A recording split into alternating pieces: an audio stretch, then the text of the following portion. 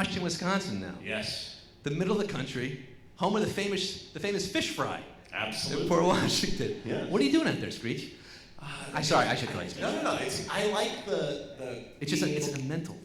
It's a good house. It's good to be like a household word, you know. It is. Yeah, it's pretty good. Build up recognition. It's when people stop recognizing you, you gotta worry. Right. People say, Screech, who? I had an old woman recognize me on the street, but she couldn't recall the name. She was going through everything but Screech. She was calling me Scratch, Sniff, Snort, Scorch, Squeeze, Sneeze. She called me Queef. That was fun.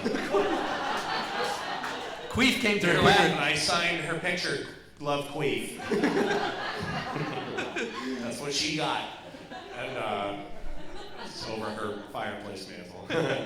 But I like living in a quiet area where I need technology. I need to be close to high-speed internet and malls and movie theaters and everything else.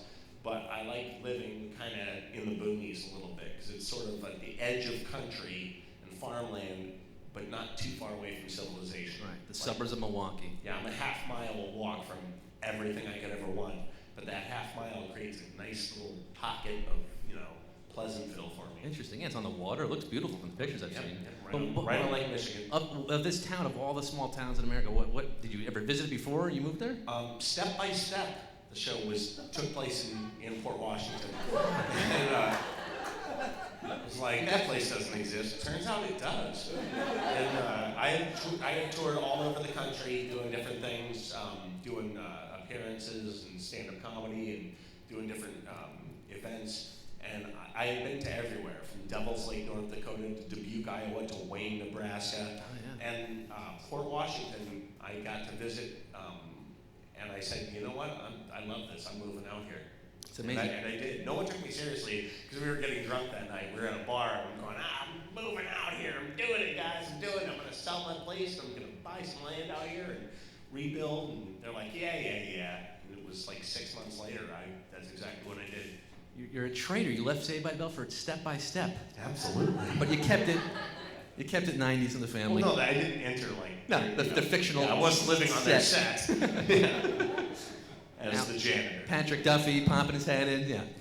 See, now you can't bag on it and then pull out the name Patrick Duffy, because that means you know exactly what I'm talking about. I know exactly what you're talking about.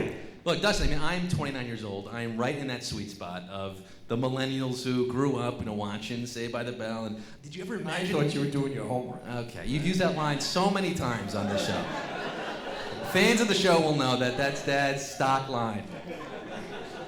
I never did my homework. You know that. True. I gotta say, you are a hip dude with a chipper attitude. Just want to tell you that. Call back. Dustin watched the show. I have watched it.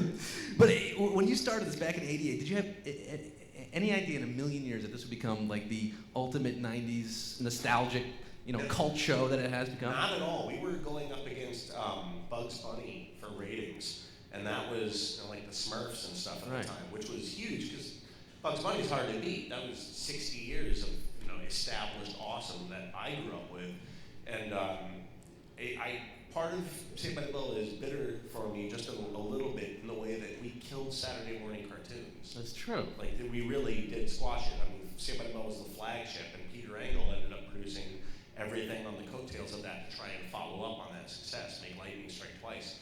So Hang Time, Malibu CA, City Guys, California Dreams, all these different shows were all Peter Engel productions, and they all just splattered themselves all over Saturday morning. So it's weird because it's like, I want a family, I want kids, and I want them to be able to watch Saturday morning cartoons like I did, and they can't. They can't. You can't even find them. I'm gonna have to get Bugs Bunny DVDs.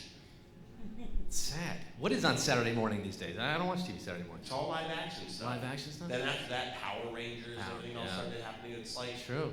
It's just all live action stuff. I miss the cartoons. So in my mind, you and the Power Rangers and Patrick Duffy, you're all hanging out. Right. That wasn't happening though. It wasn't like a big 90s TV But you're allowed show. to picture that. I'm allowed to picture that.